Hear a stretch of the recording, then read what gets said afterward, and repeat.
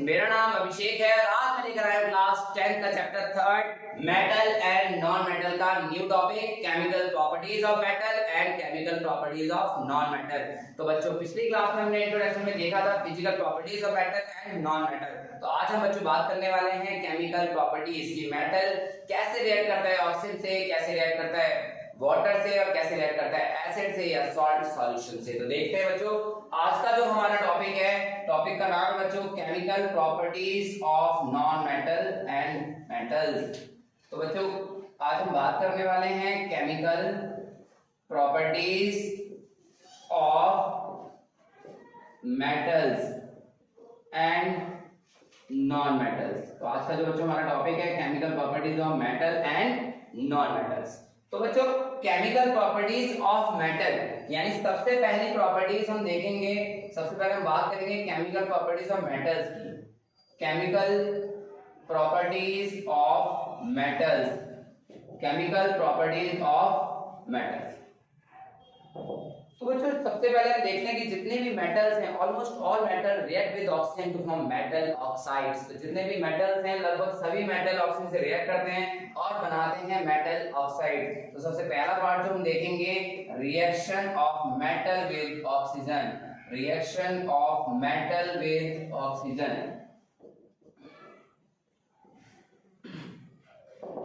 तो कोई भी मेटल यानी almost all metal react with oxygen to form metal oxide.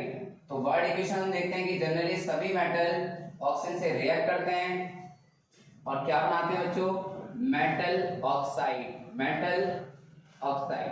For example अगर हम देखते हैं कॉपर, कॉपर को अगर हम हीट करते हैं कॉपर ऑक्सीजन से रिएक्ट करता है और क्या बनाता है बच्चों कॉपर ऑक्साइड। क्या बनाता है बच्चों कॉपर ऑक्साइड। तो यहाँ पर जो कॉपर है इसको हम बैलेंस कर लेते हैं, 2 oxygen is 1 oxygen and we multiply it by 2 so that it form copper oxide. And now here copper is 2, here copper is 1, we should multiply by 2. Understood बच्चों?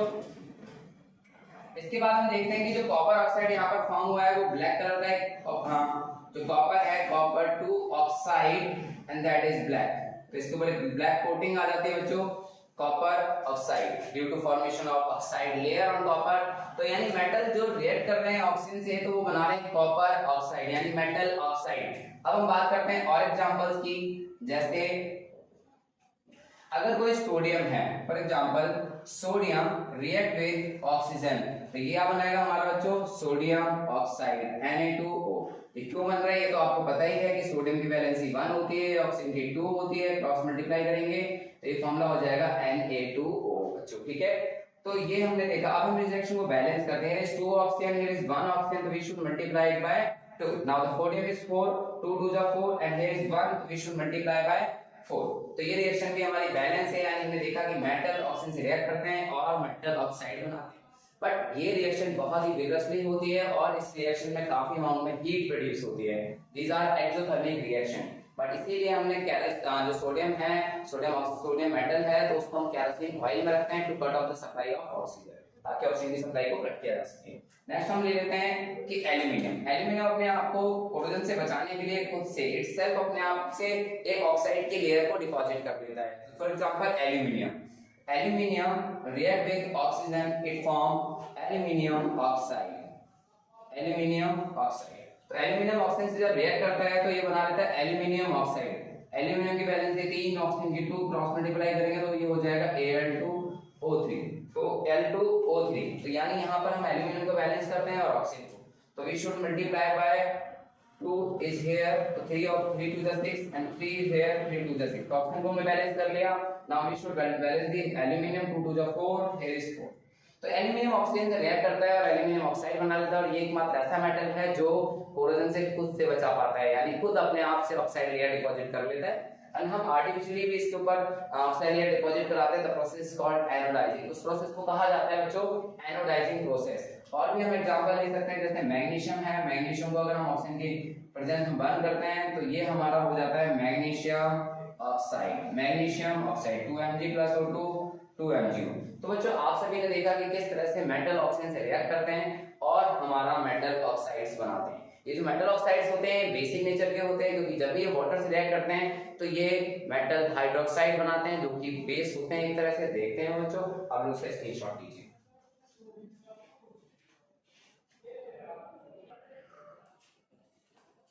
तो बच्चों जैसे कि अभी हमने देखा कि मेटल ऑक्साइड जो होते हैं, कोई भी मेटल ऑक्सीजन से रिएक्ट करता है तो मेटल ऑक्साइड्स बनाते हैं, और ऑक्सीजन जनरली सभी मेटल से रिएक्ट करती है। जो रिएक्टिविटी सीरीज में टॉप पर मेटल होते हैं ऑक्सीजन के साथ बहुत तेजी से रिएक्ट करती है, यानी जो मोर रिएक्टिव होते हैं। और जैसे रिएक्टिविटी सीरीज में आप डाउन द ग्रुप जाते हैं तो रिएक्टिविटी डिक्रीज कर जाती है, ऑक्सीजन मॉडरेटली रिएक्ट करती है। तो बच्चों ये चीज तो हमने देखी, लेकिन अभी हमने देखा था कि जो मेटल ऑक्साइड्स होते हैं वो बेसिक नेचर के होते हैं। तो हम यहाँ लिख सकते हैं कि metal oxides are basic nature। Metal oxide कैसे होते हैं? बेसिक नेचर के होते हैं। कैसे? फॉर एग्जांपल हम लोग ले सकते हैं, जैसे for example magnesium oxide, magnesium oxide हो गया आपका, सोडियम ऑक्साइड हो गया। तो ये हमारे बेसिक नेचर के होते हैं। देखते हैं कैसे बेस फॉर्म होते हैं। अगर मैग्नीशियम ऑक्साइड को हम वाटर से रिएक्ट कराते हैं तो ये बना देता है हमारा मैग्नीशियम हाइड्रोक्साइड। क्या बना देता है बच्चों? Magnesium hydroxide. यानी जो वाटर है वो तो एक तरह का न्यूट्रल सॉल्यूशन है, आप लोगों को पता है बच्चों। लेकिन अगर ये न्यूट्रल है तो इसका कैरेक्टर कैसा होना चाहिए? इसका कैरेक्टर होगा बेसिक नेचर। यानी ये जो नेचर है ये बेसिक नेचर कहां से आया? Because of this metal oxide. और ये बना लेते हैं metal hydroxide, metal hydroxide, and which is a base, and that is called magnesium hydroxide। इसको मैग्नीशियम हाइड्रोक्साइड भी बोल सकते हैं बच्चों, या फिर आप बोलते हैं मेटल हाइड्रोक्साइड। जैसे हमने बोल दिया मैग्नीशियम हाइड्रोक्साइड, जिसको आप एक माइल्ड बेस में यूज करते हैं। इट यूज्ड एज एंटीसिड, यानी इसका यूज हम एंटीसिड के तौर पे भी करते हैं, जिसको हम मिल्क ऑफ मैग्नीशिया भी बोलते हैं बच्चों। इसके बाद हम सेकंड एग्जांपल भी ले लेते हैं, जैसे सोडियम ऑक्साइड। यानी सोडियम मेटल को कभी भी ओपन स्पेस या वाटर के अंदर नहीं रखा जाता, क्योंकि उसके साथ विग्रसली रिएक्ट कर लेते हैं और आग पकड़ लेते हैं। तो ये चीज क्लियर होनी चाहिए। इसलिए सोडियम को या पोटेशियम को हम केरोसिन ऑयल में रखते हैं to cut off the supply of oxygen, ताकि ऑक्सीजन की सप्लाई को कट किया जा सके। ठीक है। और सोडियम और पोटेशियम वैसे भी बहुत सॉफ्ट मेटल होते हैं, क्योंकि ये इलेक्ट्रोपॉजिटिव एलिमेंट है, इसलिए ये ज्यादा सॉफ्ट होते हैं। अब सोडियम ऑक्साइड जब वाटर से रिएक्ट करेगा तो ये हमारा एक बेस बना देगा, NaOH। क्या बन जाएगा बच्चों? NaOH, and this is called caustic soda, that is called sodium hydroxide। It is also called sodium hydroxide। तो ये caustic soda है। तो यहाँ पर जो मेटल ऑक्साइड है ये कैसे हैं? बेसिक नेचर के होते हैं। अच्छा, कुछ मेटल ऑक्साइड ऐसे होते हैं जो एसिड और बेस दोनों से रिएक्ट कर लेते हैं बच्चों। ऐसे मेटल ऑक्साइड्स को हम लोग एम्फोटेरिक ऑक्साइड भी कहते हैं बच्चों। क्या कहते हैं बच्चों? Amphoteric oxide. एम्फोटेरिक ऑक्साइड्स, यानी एम्फोटेरिक ऑक्साइड ऐसे होते हैं कि such metal oxide which react with acid as well as base both. यानी ऐसे मेटल ऑक्साइड को हम एम्फोटेरिक ऑक्साइड कहते हैं। हम यहाँ लिख सकते हैं such metal oxides which react with acid as well as base। तो ऐसे मेटल ऑक्साइड को हम एम्फोटेरिक ऑक्साइड बोलते हैं, जो एसिड और बेस दोनों के साथ रिएक्ट करते हैं। फॉर एग्जांपल हम लोग ले सकते हैं जिंक ऑक्साइड Al2O3। तो इस तरह के जो दो एग्जांपल हैं हमारे एम्फोटेरिक ऑक्साइड्स के हैं, जो एसिड और बेस दोनों से रिएक्ट करते हैं। फॉर एग्जांपल अगर हम जिंक को ले लेते हैं तो जिंक ऑक्साइड अगर हमारा हाइड्रोक्लोरिक एसिड से रिएक्ट करता है तो ये बन जाता है ZnCl2, और हमारा क्या फॉर्म होगा बच्चों? वाटर फॉर्म होगा, यानी H2O। क्या फॉर्म होगा बच्चों? H2O। तो ZnO H2O हमारा फॉर्म हुआ है। यहाँ पर हम लोग ले सकते हैं 6HCl, तो ये हो जाएगा 3H2O बैलेंस हो गया। अब यहाँ पर क्लोरीन कितने हैं? 6, और यहाँ 2, तो यहाँ पे हम 3 से इंटू कर देंगे। 3 से इंटू कर देंगे तो ये हो जाएगा 3ZnO। 3ZnO प्लस 6HCl, तो ये हो जाएगा ZnCl2 प्लस 3H2। तो ये जो है एसिड से रिएक्ट कर रहे हैं और बेस से। कुछ मेटल ऑक्साइड ऐसे हैं जो बेस से रिएक्ट करते हैं, जैसे NaOH, और ये बना लेंगे Na2ZnO2, और ये फॉर्म हो जाएगा हमारा वाटर। क्या फॉर्म हो जाएगा बच्चों? वाटर। यानी जिंक ऑक्साइड अगर हमारा 2Na2ZnO2, और ये हमारा फॉर्म हो जाएगा 2H। ठीक है, तो दिस रिएक्शन इज बैलेंस। तो ये रिएक्शन में क्या है कि हमने देखा कि किस तरह से कोई मेटल ऑक्साइड एसिड से रिएक्ट कर रहा है और बेस से रिएक्ट करता है और सॉल्ट एंड वाटर का फॉर्मेशन करता है बच्चों। तो ऐसे मेटल ऑक्साइड्स को हम लोग एम्फोटेरिक ऑक्साइड भी बोलते हैं। आप लोग एल्यूमिनियम के लिए खुद से रिएक्शन करेंगे सेम इसी तरह से, ठीक है। तो यहाँ पर एल्यूमिनियम क्लोराइड बनेगा और एक में सोडियम एल्यूमिनेट बन जाएगा, ठीक है। तो इस तरह से हमने देखा कि ये रिएक्शन हमारी क्या है, एम्फोटेरिक ऑक्साइड। तो ये जो बेस है, जो मेटल ऑक्साइड्स हैं, ऐसे बेस को हम लोग बोलते हैं वाटर सॉल्युबल बेसिस। क्या कहलाते हैं हमारे, एल्कली। मैंने आपको लेक्चर में भी बताया था ये जो बेस बन रहे हैं वाटर सॉल्युबल होते हैं और वाटर सॉल्युबल बेसिस जो होते हैं बच्चों वो क्या होते हैं, एल्कली कहलाते हैं। क्या कहलाते हैं बच्चे, एल्कली। ऐसे बेसिस को हम लोग बोलते हैं एल्कली। अब हम बात करते हैं मेटल की वाटर के साथ रिएक्शन। कैसे मेटल वाटर के साथ रिएक्ट करता है, कोल्ड वाटर के साथ कैसे रिएक्ट करता है, स्टीम के साथ कैसे रिएक्ट करता है, बॉइल्ड वाटर के साथ कैसे रिएक्ट करता है, या कुछ ऐसे मेटल जो वाटर के साथ रिएक्ट नहीं करते हैं बच्चों। तो आप लोग स्क्रीनशॉट लीजिए, आप मिलते हैं कुछ और खास बातों के लिए।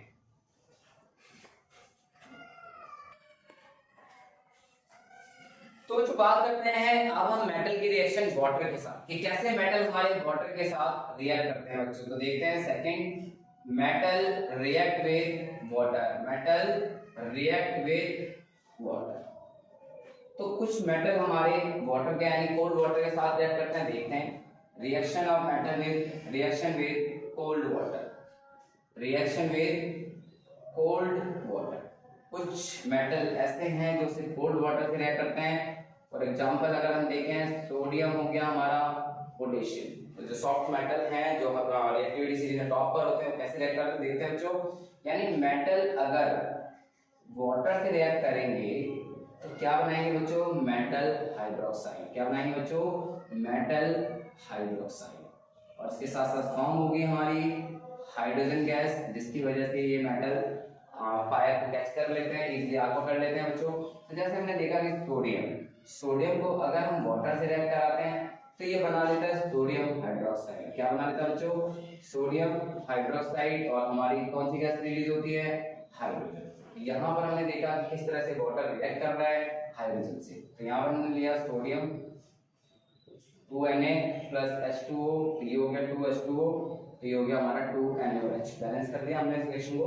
तो Na जब वाटर से रिएक्ट करेगा तो ये रिएक्शन जो है काफी एक्सोथर्मिक रिएक्शन होती है। कैसे होती है बच्चों, एक्सोथर्मिक रिएक्शन। अब एक्सोथर्मिक रिएक्शन का मतलब क्या है कि ऐसी कोई भी रिएक्शन जिसमें प्रोडक्ट के साथ हीट रिलीज होती हो, ऐसी रिएक्शन को हम लोग एक्सोथर्मिक रिएक्शन बोलते हैं।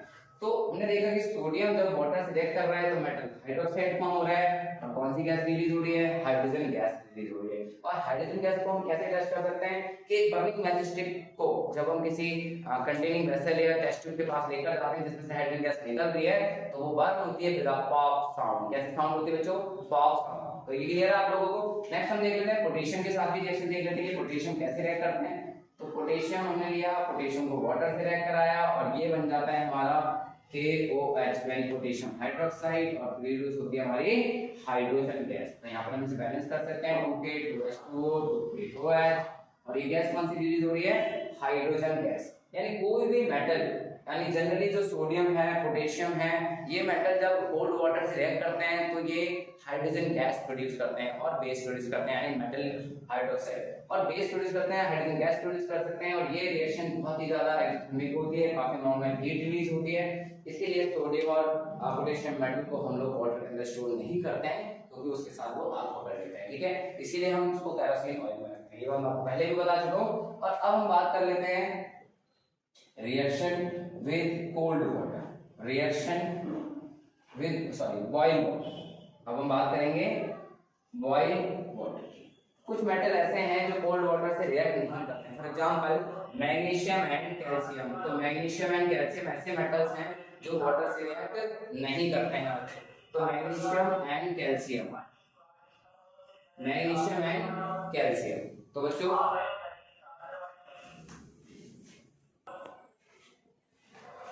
जो कैल्शियम है, मैग्नीशियम है, वो सिर्फ आपके बॉइल्ड वाटर से ही रिएक्ट करते हैं। तो देखते हैं कैसे रिएक्शन हो रही है हमारी। कैल्शियम जब वाटर से रिएक्ट करता है तो कैल्शियम हाइड्रोक्साइड फॉर्म करते हैं। क्या फॉर्म करते हैं बच्चों, कैल्शियम हाइड्रोक्साइड CaOH2। और कौन सी गैस प्रोड्यूस होती है बच्चों, हाइड्रोजन गैस। तो कैल्शियम जब वाटर से रिएक्ट करता है तो कैल्शियम हाइड्रोक्साइड फॉर्म होते हैं और ये हाइड्रोजन गैस प्रोड्यूस होती है, बट ये रिएक्शन इतनी ज्यादा एक्सोथर्मिक नहीं होती। जैसे मैग्नीशियम को अगर हमने, मैग्नीशियम जब वाटर के साथ रिएक्ट करता है तो ये हमारा बना लेता है मैग्नीशियम हाइड्रोक्साइड। क्या बना लेता है बच्चों? Magnesium hydroxide. अब यहाँ पर क्या होता है कि जो बच्चों कैल्शियम और मैग्नीशियम जब हम इसे बॉइल वाटर से रिएक्ट करते हैं तो ये फ्लोट करने लग जाते हैं। क्यों फ्लोट करने लग जाते हैं? क्योंकि यहाँ पर जो हाइड्रोजन गैस के बबल्स फॉर्म हो रहे हैं वो मेटल से स्टिक हो जाते हैं और उसको फ्लोट करने में मदद करते हैं। तो पूछते हैं कि भाई why calcium and magnesium start floating when react with boiling water? तो क्यों फ्लोट करते हैं? Due to formation of bubbles of hydrogen gas and which stick to the metal surface and they start floating. तो float करने लग जाते हैं बच्चों। इसके बाद हम बात करते हैं reaction of metal with steam. कुछ मेटल ऐसे हैं जो सिर्फ स्टीम से रिएक्ट करते हैं, आपने चैप्टर फर्स्ट में पढ़ा भी था, iron react with steam, some metal react with steam. तो मेटल नेक्स्ट टाइप हमारे इसमें reaction with steam, reaction with steam. अब कुछ मेटल ऐसे हैं जो हमारे स्टीम से रिएक्ट करते हैं, फॉर एग्जांपल आयरन है हमारा, एल्यूमिनियम है, जिंक है।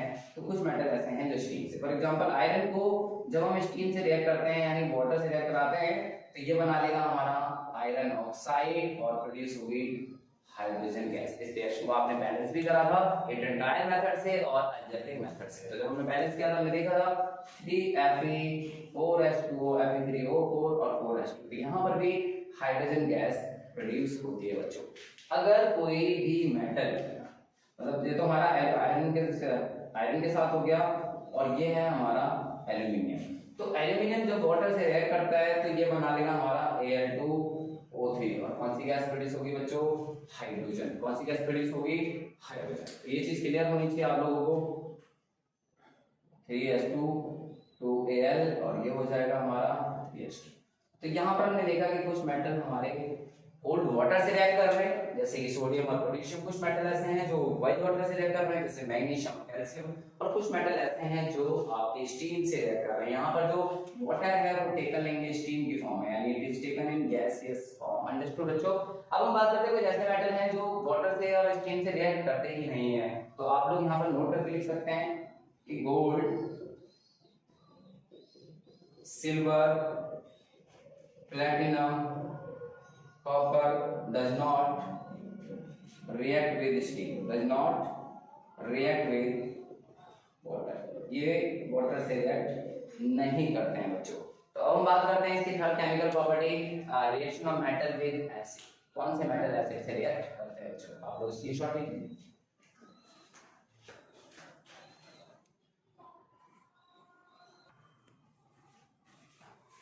तो जो थर्ड केमिकल प्रॉपर्टीज देखी है अब हमने, तो इसको हम देखते हैं किस तरह से कि मेटल रिएक्ट यानी reaction of metal with acid. तो थर्ड है हमारी reaction of metal with acid. कोई मेटल एसिड से कैसे रिएक्ट करता है बच्चों? जब भी मेटल एसिड से रिएक्ट करेंगे तो सॉल्ट फॉर्म होगा और हाइड्रोजन गैस इवॉल्व होगी। क्या होगी बच्चों? कोई भी मेटल यानी when metal react with acid, आप लोगों ने ये रिएक्शन पढ़ी हुई है सेकंड चैप्टर में, और ये बना लेते हैं मेटल यानी salt and hydrogen gas, salt and hydrogen. ठीक। तो बच्चों यहाँ पर हम देखते हैं जैसे सोडियम है। अब सोडियम को अगर हम एसिड से रिएक्ट कराते हैं फॉर एग्जांपल Na+HCl, तो ये बन जाएगा हमारा सोडियम क्लोराइड। क्या बनेगा बच्चों? Sodium chloride. और कौन सी गैस इवॉल्व होगी? हाइड्रोजन। इस रिएक्शन को हम बैलेंस कर देते हैं 2HCl and that is equal to NaCl। तो 2Na+2HCl, तो ये यहाँ पर क्या हो रहा है कि जो सोडियम है वो बहुत रिएक्टिव मेटल है यानी हाई रिएक्टिव हाइड्रोजन है, इसलिए रिएक्शन क्या हो जाएगी? हो जाएगी बच्चों। नेक्स्ट हम लेते हैं magnesium.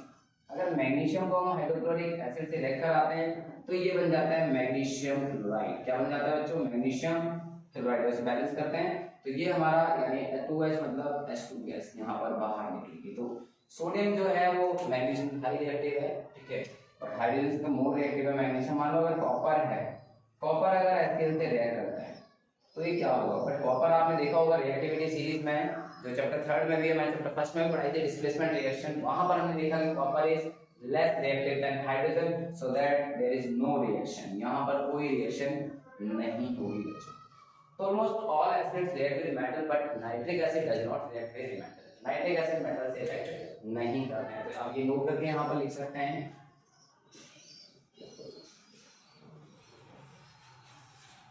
metal does not react with nitric acid. Nitric acid बच्चों आप जानते ही हैं HNO3 को बोला जाता है बच्चों। तो मेटल नाइट्रिक एसिड से रिएक्ट नहीं करता, क्यों? बिकॉज HNO3 नाइट्रिक एसिड क्या है? Is a strong oxidizing agent. ये क्या है बच्चों? Strong oxidizing agent. ये ऑक्सीडाइजिंग एजेंट है जिसकी वजह से ये क्या करते हैं कि it oxidize hydrogen produced water and itself reduced to any one of metal oxide, और अपने आप को किसी भी मेटल ऑक्साइड में कन्वर्ट कर लेता है, like N2O nitrogen oxide, nitrogen monoxide, ठीक है, या ठीक है N2O या किसी भी मेटल ऑक्साइड के अंदर ये अपने आप को कन्वर्ट कर लेता है, ठीक है। तो HNO3 जो है वो किसी मेटल से रिएक्ट नहीं करता, बट डाइल्यूटेड फॉर्म में अगर HNO3 है, जैसे मान लीजिए मैग्नीशियम है या मैंगनीज है और वो HNO3 से रिएक्ट करता है बच्चों, तो ये बना देता है हमारा MnNO3 मैंगनीज नाइट्रेट, और यहाँ से हमारा हाइड्रोजन गैस रिलीज होती है। बट ये आपको ध्यान रखना है कि 5% of diluted 5% of nitric acid, यानी ये डाइल्यूटेड स्टेट में होना चाहिए। तो मैंगनीज और मैग्नीशियम दो ऐसे मेटल हैं जो नाइट्रिक एसिड से रिएक्ट करते हैं, अदरवाइज कोई मेटल भी नाइट्रिक एसिड से रिएक्ट नहीं करता। तो बच्चों ये बात आप लोगों को क्लियर होनी चाहिए कि जनरली जो मेटल होते हैं वो एसिड से रिएक्ट करते हैं और salt and hydrogen gas produce करते हैं। तो बच्चों बात करते हैं कि कोई मेटल सॉल्ट सॉल्यूशन से कैसे रिएक्ट करता है।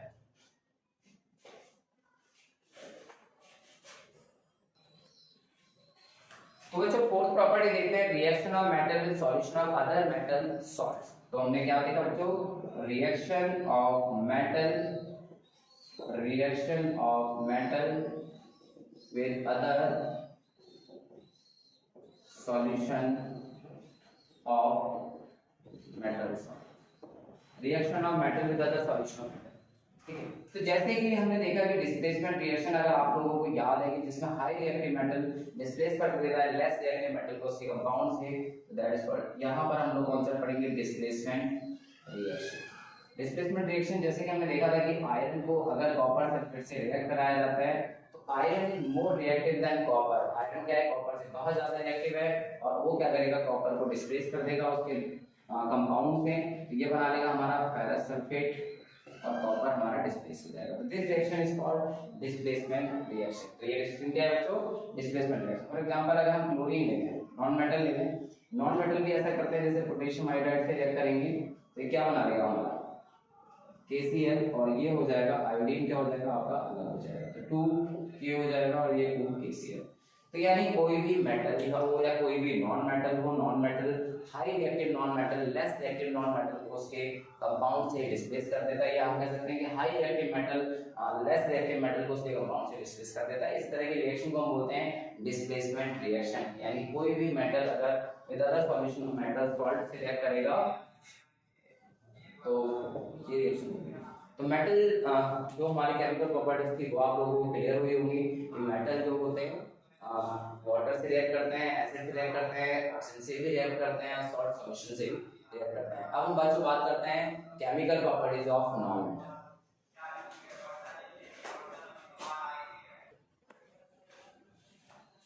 तो बच्चों बात करते हैं chemical properties of non metal की। नॉन मेटल की केमिकल प्रॉपर्टी सबसे पहले हम वही देखते हैं कि रिएक्शन विद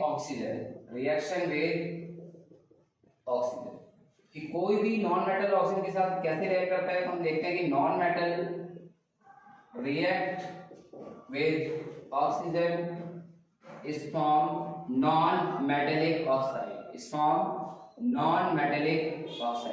अब ये ऑक्साइड आपके एसिडिक भी हो सकते हैं और न्यूट्रल भी हो सकते हैं बच्चों, ये बात ध्यान रखना। ये ऑक्साइड एसिडिक भी हो सकते हैं और न्यूट्रल भी। फॉर एग्जांपल अगर हम कार्बन को लें, कार्बन को ऑक्सीजन से रिएक्ट कराएं तो ये हमारा हो जाता है CO2, और CO2 कैसा ऑक्साइड है बच्चों? ये एसिडिक ऑक्साइड है, क्योंकि जब ये वाटर से रिएक्ट करेंगे तो एसिड फॉर्म करेंगे। फॉर एग्जांपल अगर हाइड्रोजन को लें, हाइड्रोजन अगर ऑक्सीजन से रिएक्ट करता है तो ये हमारा फॉर्म हो जाता है H2O, और H2O आप लोगों को पता है बच्चों ये हमारा कैसा ऑक्साइड है? न्यूट्रल ऑक्साइड है। कैसा ऑक्साइड है बच्चों? Neutral oxide. अब न्यूट्रल ऑक्साइड यानी ये एसिडिक ऑक्साइड और न्यूट्रल ऑक्साइड फॉर्म कर रहे हैं, यानी हम ये कह सकते हैं कि non metal react non metallic oxide या non metal oxide react with water to form acid, to form acid. For example जैसे CO2 को अगर हम लेते हैं, CO2 रिएक्ट विद वाटर, तो ये बना लेगा हमारा कार्बोनिक एसिड, जो कि आपने देखा होगा जो सॉफ्ट ड्रिंक्स होती है उनके अंदर क्या होता है, कार्बोनिक एसिड। फॉर एग्जांपल अगर हम सल्फर डाइऑक्साइड ले रहे हैं, sulphur dioxide this is a non metal oxide, और ये वाटर से रिएक्ट करेगा तो ये बना देता है बच्चा sulphurous acid H2SO4 SO3 sorry. तो ये हमारा हो गया कार्बोनिक एसिड। तो इससे आप देख रहे हैं कि कोई भी नॉन मेटल ऑक्साइड वाटर से रिएक्ट करते हैं तो वो आपके एसिड फॉर्म करते हैं। This is a carbonic acid and this is a sulphurous acid, sulphurous acid. ये चीज क्लियर हो गई कि कोई नॉन मेटल कैसे ऑक्साइड से रिएक्ट कर रहा है। अब हम बात करते हैं कि नॉन मेटल एसिड से कैसे रिएक्ट करते हैं। तो आप देखेंगे non metal does not react with acid, non metal acid से रिएक्ट नहीं करते हैं बच्चों। Non metal does not react with acids because they cannot lose electron, because they cannot lose electron, क्योंकि इलेक्ट्रॉन लॉस नहीं करते बच्चों। नेक्स्ट है नॉन मेटल या high reactive non metal displace less reactive non metal from its compound. जैसे कि अभी हमने देखा डिस्प्लेसमेंट रिएक्शन, जैसे क्लोरीन है वो काफी हाई रिएक्टिव है आयोडीन से, तो ये क्या करेगा, आयोडीन को ये डिस्प्लेस कर देगा और पोटेंशियल से अटैच कर देगा, KCl और आयोडीन क्या हो जाएगा, डिस्प्लेस हो जाएगा। तो ये हमारा हो गया नॉन मेटल। तो ये बात थी हमारी नॉन मेटल्स की। अभी हमने सीखा कि chemical properties of metal and chemical properties of non metal. आज की क्लास में हम लोग इतना ही करने वाले हैं। Thank you so much.